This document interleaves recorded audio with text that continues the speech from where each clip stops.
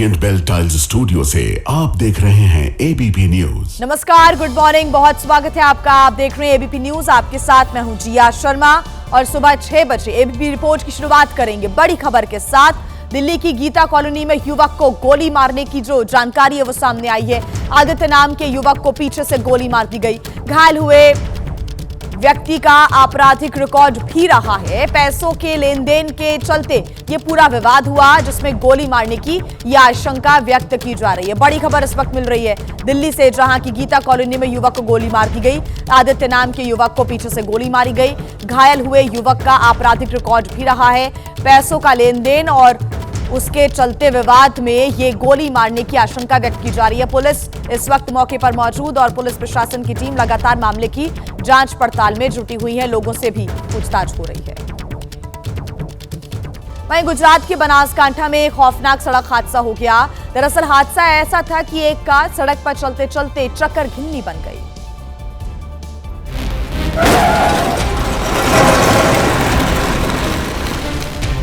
Driver ने नियंत्रण खोया और कार डिवाइडर फांदकर दूसरी तरफ आ गई।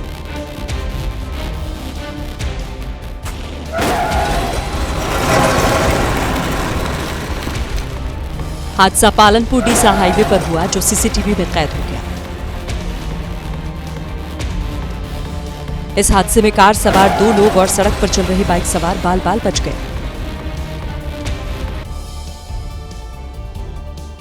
जयपुर उस वक्त सनसनीखेज वारदात से दहल उठा जब एक बेकाबू डंपर 300 मीटर तक 40 से ज्यादा गाड़ियों को टक्कर मारते हुए आगे बढ़ता रहा और इस खतरनाक हादसे में 14 लोगों की मौत हो गई, जबकि कई लोगों की स्थिति नाजुक बनी हुई है।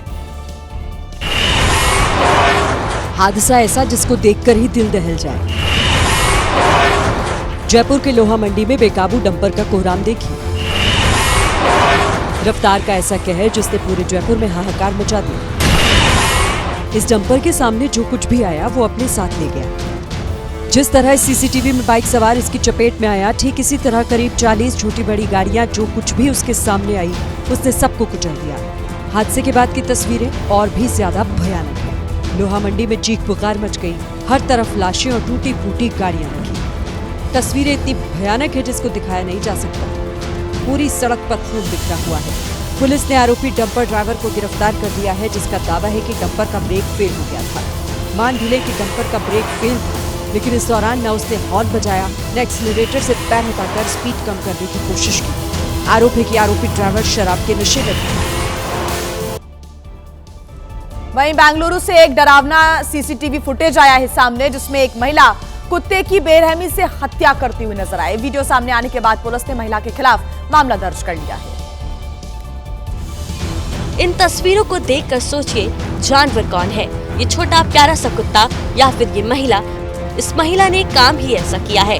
इन तस्वीरों को ध्यान से देखिए।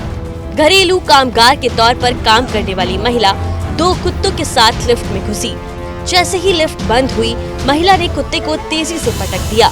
छोटे से कुत्ते को चोट लगते ही मौके पर ही मौत हो गई। उसके बाद महिला कुत्ते को देखती नजर आई कि कुत्ता जिंदा है या मर गया। इसके बाद लिफ्ट खोलकर एक जिंदा और एक मृत कुत्ते को घसीटते हुए वो अपने साथ ले आई।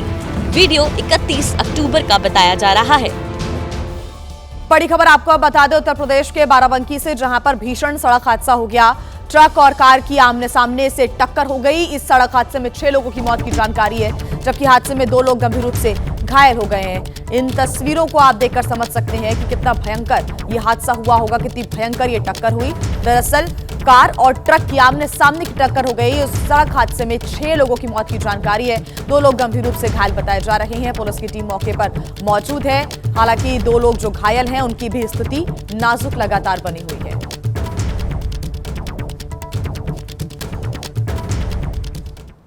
देखिए, लालू प्रसाद यादव चुनाव प्रचार करने के लिए उतरे और लालू यादव ने पटना की उस दानापुर विधानसभा सीट पर रोड शो किया, जहां से खुद वो विधानसभा का चुनाव लड़ा करते थे। लालू यादव वैनिटी वैन में सवार थे और सड़क पर समर्थकों की भीड़ थी। सैकड़ों गाड़ियों का काफिला था और जेसीबी से लालू की वैन पर फूलों की बारिश हो रही थी। लालू यादव ने कहा कि इस बार तेजस्वी का मुख्यमंत्री बनना तय है। हाँ, इस बार मुख्यमंत्री होगा तेजस्वी। दानापुर सीट से आरजेडी की रीतलाल यादव विधायक हैं, जो इस बार भी चुनाव मैदान में है, लेकिन जेल में होने के चलते वो चुनाव प्रचार नहीं कर पा रहे और उनके लिए ही लालू यादव ने मोर्चा संभाला। गरीबों के मसीहे जो दानापुर में पधार दिए हैं, तरीतलाल तो लाखों वोट से जीत जाएंगे जी। देखिए पूरा फायदा ही फायदा दिख रहा है, यहाँ बिल्कुल फंसाया गया है। इस सीट पर बीजेपी ने रामकृपाल यादव को प्रत्याशी बनाया, यानी टक्कर यादव बनाम यादव की है और यही वजह है कि लालू खुद यादव वोट को एकजुट करने के लिए सड़क पर उतर आए हैं। वहीं प्रधानमंत्री नरेंद्र मोदी ने चुनावी रैली से तेजस्वी यादव पर निशाना साधा। उन्होंने पूछा कि आखिर क्या वजह है कि आरजेडी के पोस्टर से लालू यादव की तस्वीर गायब कर दी गई। पीएम मोदी ने कहा कि आरजेडी के पोस्टर में लालू की तस्वीर दूरबीन से देखने पर भी नजर नहीं आती। उनकी तस्वीरें पोस्टरों में या तो गायब है या तो एक कोने में छोटी सी तस्वीर रखी है, दूरबीन से भी दिखती नहीं है। अरे अपने पिता का नाम बोलने में, छुपाने में शर्म क्यों आ रही है? वो कौन सा पाप है जिसको आरजेडी वालों को बिहार के नौजवानों से छुपाना पड़ रहा है? अब पीएम मोदी की टिप्पणी तेजस्वी यादव को चुभ गई। इस पे बात कीजिए कि हमारा बिहार नंबर 1 कब बनेगा, कैसे बनेगा? बेकार की बातें क्यों करते हैं भाई? तेजस्वी यादव ने कहा कि लालू यादव ने सामाजिक न्याय को लेकर जो काम किया वो नरेंद्र मोदी 7 जन्मों में भी नहीं कर सकते। तो वहीं पीएम मोदी ने एक बार फिर बिहार चुनाव में कट्टे वाला बयान दिया, जिस पर तेजस्वी यादव का भी जवाब आ गया है। सहरसा में पीएम मोदी ने राम मंदिर न जाने को लेकर राहुल और तेजस्वी को घेरा। इसके बाद कट्टे वाला बयान दिया। कट्टा, क्रूरता, कटुता, कुसंस्कार, कुशासन और करप्शन ऐसे ही शब्द भरे पड़े हैं। जंगल राज की पाठशाला में इन्होंने बस यही सीखा है। सहरसा के बाद कटिहार में भी पीएम मोदी ने कट्टे वाला बयान दिया। आरजेडी ने कांग्रेस को कट्टा दिखा, मुख्यमंत्री का उम्मीदवार भी घोषित करवा लिया और अब कांग्रेस को उसकी हैसियत भी दिखाई जा रही है। पीएम ने आरजेडी पर कट्टे वाला वार किया तो तेजस्वी इसका जवाब कलम से दे रहे हैं। आज तक हम किसी प्रधानमंत्री को इस तरह की भाषा हम लोगों ने नहीं देखी है। कट्टे की बात करना, गुजरात में जाएंगे तो फैक्ट्री की बात करेंगे, अब बिहार आएंगे तो कट्टे की बात करना। तेजस्वी यादव ने तंज कसते हुए कहा कि हो सकता है कि बीजेपी ने कुछ राजनीतिक दलों को एनडीए में जोड़ने के लिए कट्टा दिखाया हो, इसलिए पीएम बार बार कट्टे वाला बयान दे रहे हैं। और वहीं तेजस्वी यादव ने 15 विधानसभा सीटों पर चुनाव प्रचार किया। आरा में उन्होंने कहा कि उनका तो सिर्फ एक हेलीकॉप्टर उड़ रहा है, जबकि विरोधियों के 30 हेलीकॉप्टर बिहार में घूम रहे हैं।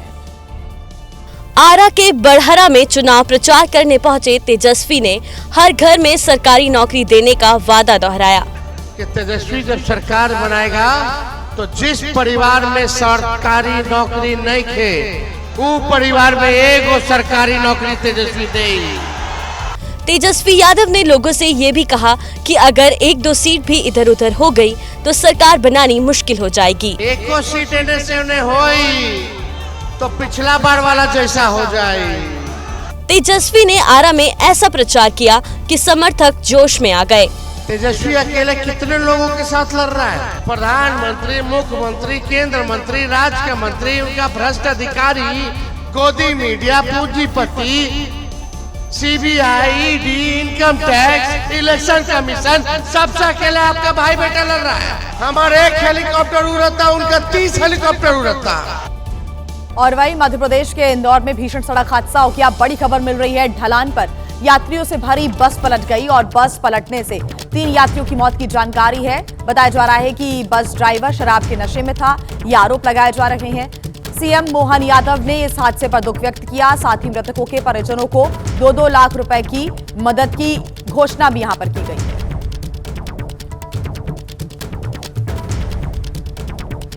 बीजेपी सांसद रवि किशन को धमकी देने वाला गिरफ्तार कर लिया गया है। बिहार के आरा का रहने वाला बताया जा रहा है ये आरोपी। बड़ी खबर इस वक्त हम आपको बता रहे हैं, आरोपी ने रवि किशन को जान से मारने की धमकी दी थी। ये कहा था कि बिहार में अगर वो चुनाव प्रचार करने के लिए आते हैं तो फिर उनके साथ ठीक नहीं होगा। ऐसे में रवि किशन को धमकी देने वाला अब गिरफ्तार कर लिया गया है। बिहार के आरा का ये आरोपी रहने वाला बताया जा रहा है, जिसने चुनाव को लेकर रवि किशन को धमकी दी थी।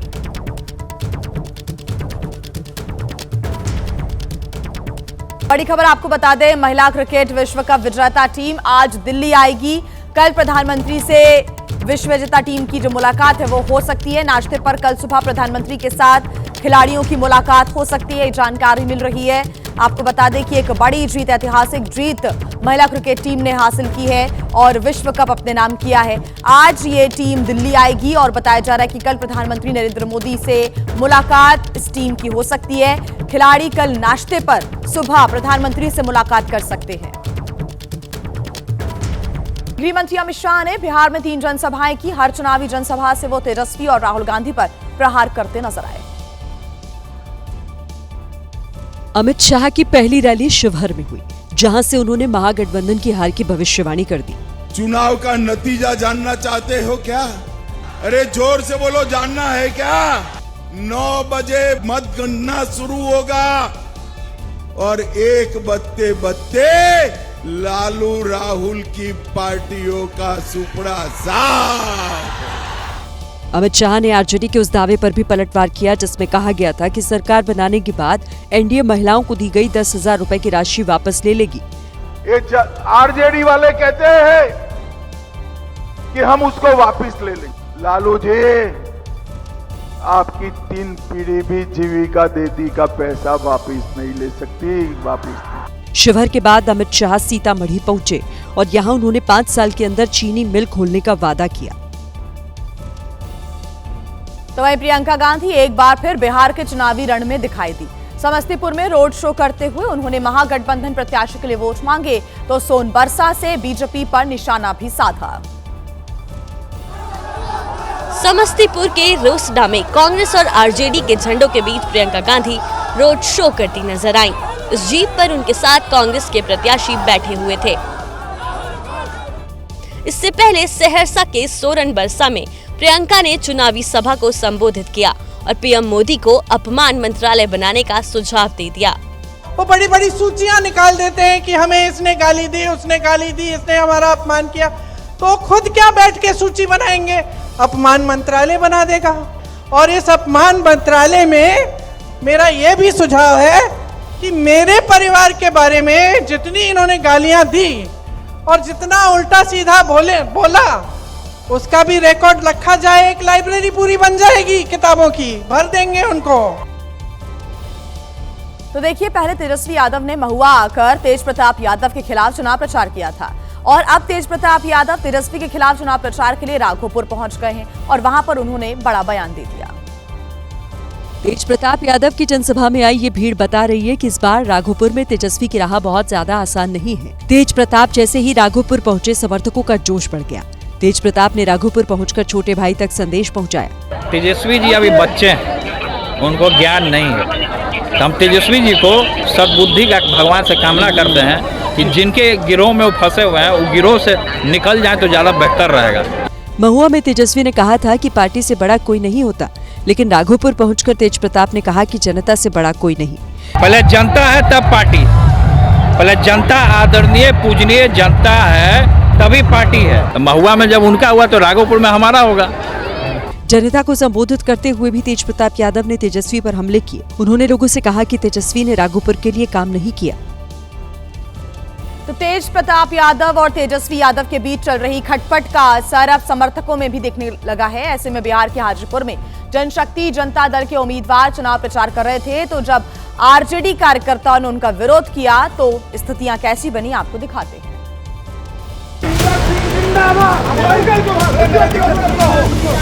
आरजेडी कार्यकर्ता ने पहले उम्मीदवार जयसिंह राठौड़ को जनसंपर्क करने से रोका, फिर हाथापाई पर उतारू हो गया। देखते ही देखते वहां गाली गलौज होने लगी।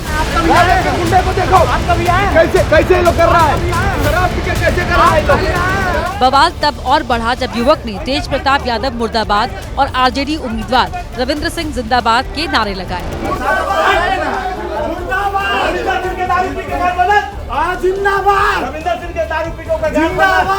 इस घटना के बाद उम्मीदवार जयसिंह राठौर ने आरजेडी समर्थक के खिलाफ थाने में शिकायत दर्ज कराई है। हम लोगों पर अब हमला करने का भी ये लगा कि दूसरी बार हो गया है, तो आखिर कब तक इस लोकतंत्र के देश में, लोकतंत्र के राज्य में इस तरह का काम होगा। देखिए, तेज प्रताप यादव ने जब से अपनी नई पार्टी बनाई है वो लगातार अपने भाई और आरजेडी के नेता तेजस्वी यादव पर फायर हैं। लेकिन अब तेज प्रताप यादव के निशाने पर राहुल गांधी भी आ गए हैं। राहुल गांधी लगातार महागठबंधन के प्रत्याशियों को जीत दिलाने के लिए बिहार में रैलियां कर रहे हैं, लेकिन तेज प्रताप ये कहते हैं कि इससे कुछ होने वाला नहीं है। तेज प्रताप यादव तो यहां तक कह रहे हैं कि राहुल मछली पकड़ते रह जाएंगे और उनके हाथ कुछ नहीं आएगा। राहुल गांधी का काम है मोटरसाइकिल चलाना, फटफटी चलाना, पॉल्यूशन फैलाना, मछलियाँ पकड़ते रह जाएंगे जिंदगी भर, देश चला जाएगा अंधकार में। रोजगार का बात करेंगे, रोजगार मिल ही नहीं रहा है। जिलेबी छानने से, मछली पकड़ने से वही जानेंगे। उनको रसोईया होना चाहिए था, नेतागिरी में कहाँ आ गए। देखिए, मोकामा हत्याकांड के बाद अनंत सिंह को जेल भेज दिया गया है। अनंत सिंह के जेल जाने के बाद मोकामा में चुनाव प्रचार की जिम्मेदारी नीतीश कुमार के करीबी ललन सिंह ने अपने कंधे पर उठा ली है। केंद्रीय मंत्री ललन सिंह गली गली में घूमकर अनंत सिंह के लिए वोट मांग रहे हैं। इस बीच उनका एक बयान तेजी से वायरल हो रहा है। और जब हम लोग के बीच में नहीं है तो हम सबों का दायित्व है कि एक एक व्यक्ति अनंत सिंह बन के चुनाव लड़े। जब अनंत बाबू यहाँ थे तो मेरी जिम्मेवारी कम थी, आज वो नहीं है तो हमने आज से मोकामा के चुनाव का कमान संभाल लिया।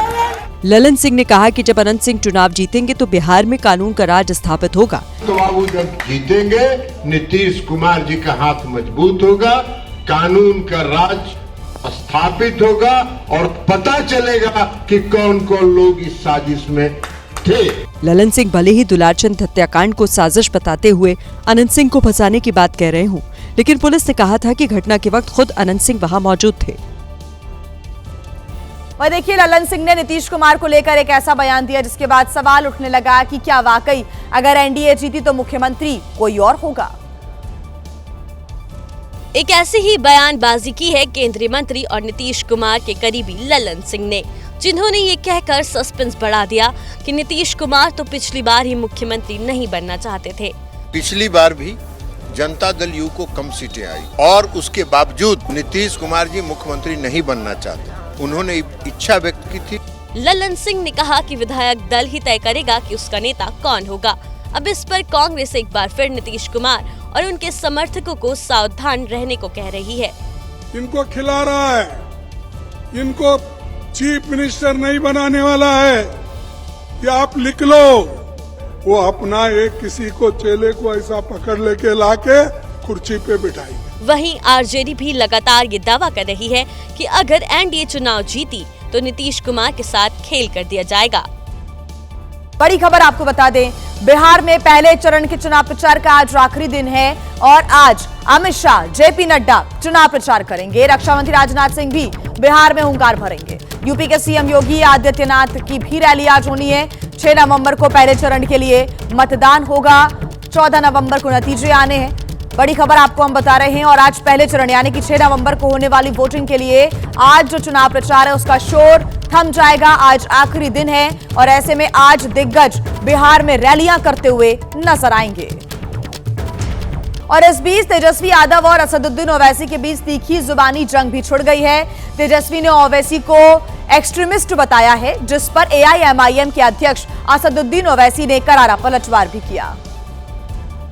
दोनों नेताओं में जुबानी जंग की शुरुआत तब हुई जब एक इंटरव्यू के दौरान तेजस्वी यादव से महागठबंधन में ओवैसी को शामिल नहीं करने पर सवाल पूछा गया, जिसके जवाब में उन्होंने कहा कि महागठबंधन में एक्सट्रीमिस्ट यानी चरमपंथी की जगह नहीं है। तेजस्वी के इस बयान पर पलटवार करते हुए ओवैसी ने उन्हें एक्सट्रीमिस्ट को अंग्रेजी में लिखने की चुनौती दे डाली। क्या कहा उसने? ओवैसी एक्सट्रीमिस्ट है, चरमपंथी है, इंतहा पसंद है, दहशतगर्द है। आप बताइए हमको, हम तेजस्वी को बोलेंगे बाबू एक्सट्रीमिस्ट को तुम जरा अंग्रेजी में लिख के बता दो। असदुद्दीन ओवैसी यही नहीं रुके, उन्होंने हमला जारी रखते हुए तेजस्वी को पाकिस्तान से मोहब्बत करने वाला करार दिया। और देखिए, बिहार चुनाव में सितारों का जबरदस्त जलवा दिखाई दे रहा है। एक तरफ खेसारी लाल यादव चुनावी मैदान में है, तो पवन सिंह बीजेपी प्रत्याशी के लिए ताबड़तोड़ जनसभाएं कर रहे हैं। पवन सिंह का हेलीकॉप्टर जैसे ही दरभंगा के इस मैदान में उतरा, भीड़ बेकाबू हो गई और हेलीकॉप्टर को ही घेरकर खड़ी हो गई। आपसे विनती है कि हेलीकॉप्टर के आसपास पहुंच के जितने भी जनता कार्यकर्ता हमारे हैं उनको निवेदन करके साइड करवावे, ताकि हमारे स्टार पवन सिंह अपने गंतव्य स्थान पर जा सके। पवन सिंह से मिलने के लिए लोग इस कदर बेकाबू हुए कि वो हेलीकॉप्टर से बाहर ही नहीं आ पा रहे थे। आप सभी से विनती है कि उनको स्टेज दीजिए, जगह दीजिए। कुछ लोग पवन सिंह को देखने के लिए उत्साहित थे, तो कुछ हेलीकॉप्टर को, और इसी बीच भीड़ बेकाबू हो गई, जिसके चलते कई कुर्सियां टूट गई। और देखिए, बिहार में खेसारी लाल यादव को नचनिया कहने पर छिड़ा विवाद थमता नजर नहीं आ रहा है। नचनिया विवाद में अब पवन सिंह की भी एंट्री हो गई है। पवन सिंह ने कहा कि नचनिया कोई खराब शब्द नहीं है, फिर नचनिया कहने में बुराई क्यों। वहीं एक दिन पहले खेसारी लाल यादव ने कहा था कि वो नचनिया हैं, जबकि बीजेपी वाले कलाकार हैं। नचनिया सुन के क्यों खराब लगना? नचनिया खराब लग रहा है, उसी को डांस में कन्वर्ट कर दीजिए तो वो रिच हो गया। तो सर, किसी शब्द को, किसी वर्ड को हम किस वे में ले रहे हैं, ये हमारे ऊपर डिपेंड करता है। नहीं, उस पार्टी में तो सब कलाकार हैं। और आप? मैं नचनिया हूँ। क्यों? क्योंकि मुझे नाचने आता है, बाकी लोगों नहीं आता है। वो कलाकार हैं, वो नाच नहीं पाते। देखिए, नाचना भी। अब देखिए, बिहार चुनाव को लेकर एबीपी न्यूज से मोहन यादव ने कहा है कि मध्य प्रदेश के सीएम मोहन यादव ने इस दौरान बड़ा बयान भी दिया। बिहार में एनडीए की सरकार बनेगी, मोहन यादव ने यह कहा है। नीतीश के नेतृत्व में परचम लहराया जाएगा। बिहार में एनडीए के सीएम मोहन यादव ने ये एनडीए के सीएम पर बोले हैं मोहन यादव। बिहार में नीतीश कुमार की सरकार बनेगी, बीजेपी जो वादे करती है वो निभाती है। मोहन यादव ने राहुल गांधी पर भी निशाना साधा, कहा कि राहुल के जहां कदम पड़ते हैं वहां बंटाधार हो जाता है। राहुल को समझ नहीं आता कि अब क्या बोलना है। मोहन यादव ने ये बड़ी बातें कही। बिहार में इन दिनों चुनाव प्रचार जोरों पर है। कई स्टार प्रचारक अपनी अपनी पार्टियों के लिए प्रचार कर रहे हैं। मध्य प्रदेश के मुख्यमंत्री मोहन यादव जी भी लगातार बिहार के दौरे में हैं। सर, क्या माहौल देख रहे हैं आप, क्योंकि आप तो लगातार दौरे कर रहे हैं? माननीय प्रधानमंत्री के नेतृत्व में 2014 के बाद जिस प्रकार से भारतीय जनता पार्टी का विजय अभियान चल रहा है, हम भी मान के चल रहे हैं यहाँ बिहार में माननीय नीतीश कुमार जी के नेतृत्व में फिर एक बार विजय परचम लहराएगा, ये पक्का। महागठबंधन वाले आपसे पूछ रहे हैं कि मुख्यमंत्री कौन होगा। चुनाव तो आप जीतने की बात कह रहे हैं, क्योंकि उन्होंने तो घोषित कर दिया। मैं ये जानता हूं कि नीतीश कुमार जी के नेतृत्व में एनडीए सरकार चुनाव लड़ने जा रही है, और हमारी पार्टी भी एनडीए के माननीय नीतीश कुमार जी के नेतृत्व में ही चुनाव लड़ रहे हैं। तो अब इसमें कोई ये प्रश्न बेमौजूद हो जाएगा जिसके आधार पर किसी और की बात होगी। मैं मान के चलता हूँ कि माननीय अमित शाह जी ने, हमारे गृह मंत्री ने बहुत अच्छी बात कही है। दिल्ली में मोदी जी की सरकार और बिहार में नीतीश कुमार जी की सरकार। आपने देखा राहुल गांधी भी काफ़ी ज़ोरों शोरों से प्रचार कर रहे हैं, तैराकी भी कर रहे हैं, गोते लगा रहे हैं, मछली पकड़ रहे हैं वहाँ पर। आपने देखा? राहुल हमारी पार्टी की जीत के लिए शुभंकर है।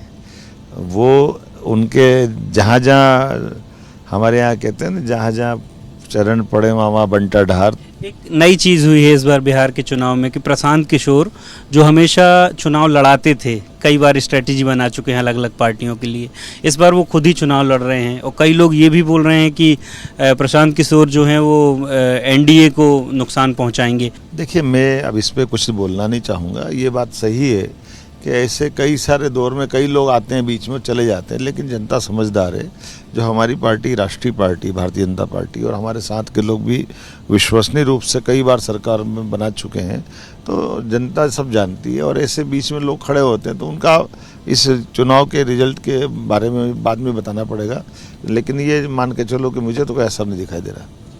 आप लोग हमेशा याद दिलाते हैं कि किस तरीके से जब लालू यादव की सरकार थी तो किस तरीके की छवि थी, लेकिन अब इसी तरह की घटनाक्रमों को लेकर के विपक्ष आड़े हाथों ले रहा है। देखिए, हमारी पार्टी ही कर सकती है कि हमारे कोई व्यक्ति भी गलती करेंगे या किसी व्यक्ति कोई भी गलती करेगा, हम कानून में विश्वास करते हैं और सख्त कार्रवाई के लिए जाने जाते हैं मोदी जी की सरकार में। और यही कारण है कि लगातार हमने हमारे भी व्यक्ति हों तो अगर कोई मामला हो तो हम उसको इस मामले में नहीं बचाते। और देखिए, तेजस्वी यादव महागठबंधन की तरफ से मुख्यमंत्री के उम्मीदवार हैं। विरोधी बार बार उनकी शिक्षा पर सवाल उठाते हैं और इस बीच एबीपी न्यूज ने तेजस्वी यादव के उस टीचर के साथ भी बातचीत की जो तेजस्वी को मैथ्स पढ़ाते थे। ये है शरद मिश्रा, जो दिल्ली में तेजस्वी यादव को मैथ्स का ट्यूशन देते थे और इनका दावा है कि तेजस्वी हाई स्कूल में मैथ्स में ही फेल हो गए थे। He was student of DPS R K Puram, तो उनका जो एक्चुअली 10th स्टैंडर्ड तक उनकी पढ़ाई है, बस केवल मैथमेटिक्स में उनका इंटरेस्ट नहीं है, तो गणित में वो रह गए थे। वो शरद मिश्रा ने बताया कि क्रिकेट में करियर बनाने के चक्कर में तेजस्वी ने पढ़ाई छोड़ दी थी। चूँकि आईपीएल मैचेस थे, उनका सिलेक्शन हो गया था उस समय, जो ऑस्ट्रेलिया भी उनको जाना था, कई जगह उनके टूर्नामेंट चल रहे थे, आईपीएल में भी सिलेक्शन हो गया था। ये बात है 2006-7 की, है ना। तो उनका जो है टाइम न मिलने की वजह से थोड़ा सा जो है उनका। तेजस्वी के पूर्व टीचर इस बात से खुश हैं कि तेजस्वी ने कोई फर्जी काम नहीं किया। कि सच बोलने वाले व्यक्ति को कितनी पीड़ा होती होगी, है ना। तेजस्वी यादव चाहते तो झूठ बोलते, लेकिन क्या उन्होंने बोला? वो चाहते तो फर्जी डिग्री बनवाते, क्या उन्होंने बनवाया? नहीं ना, बहुत लोगों ने ऐसा किया। शरद मिश्रा कहते हैं कि तेजस्वी के पास भले ही डिग्री नहीं है, लेकिन उनके अंदर समझदारी बहुत है, जो बिहार के विकास में अहम भूमिका निभाएगी।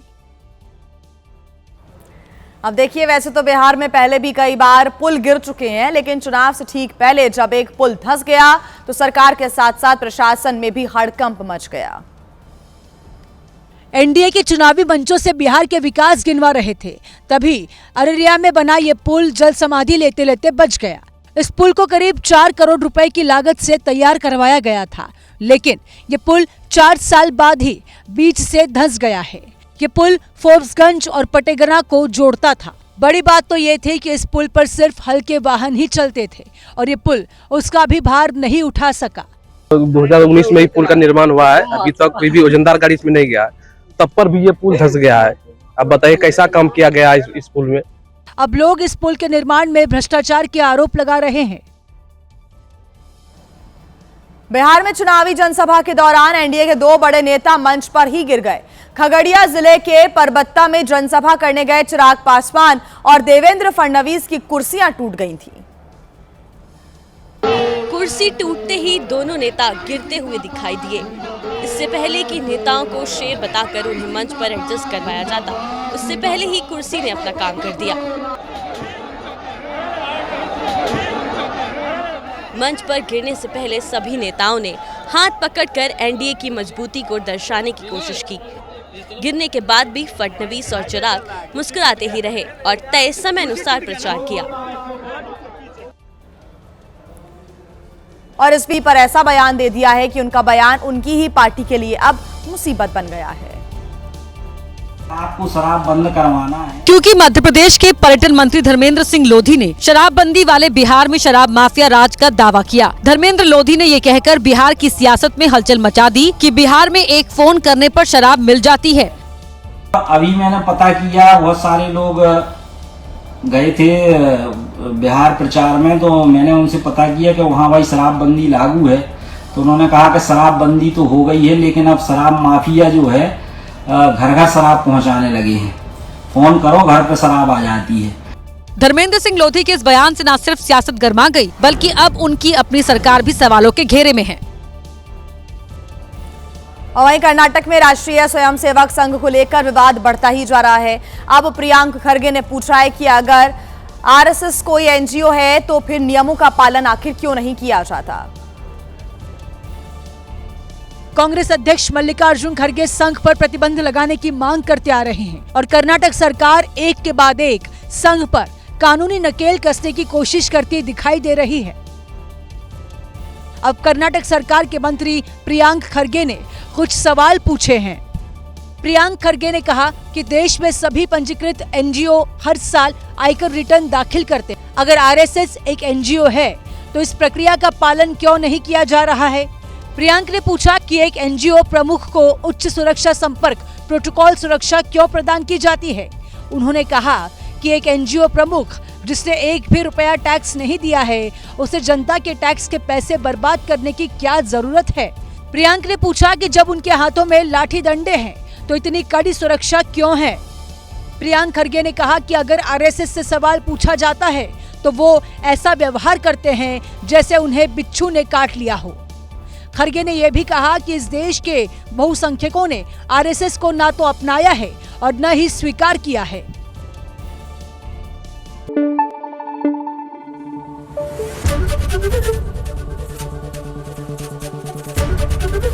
एबीपी न्यूज आपको रखे आगे।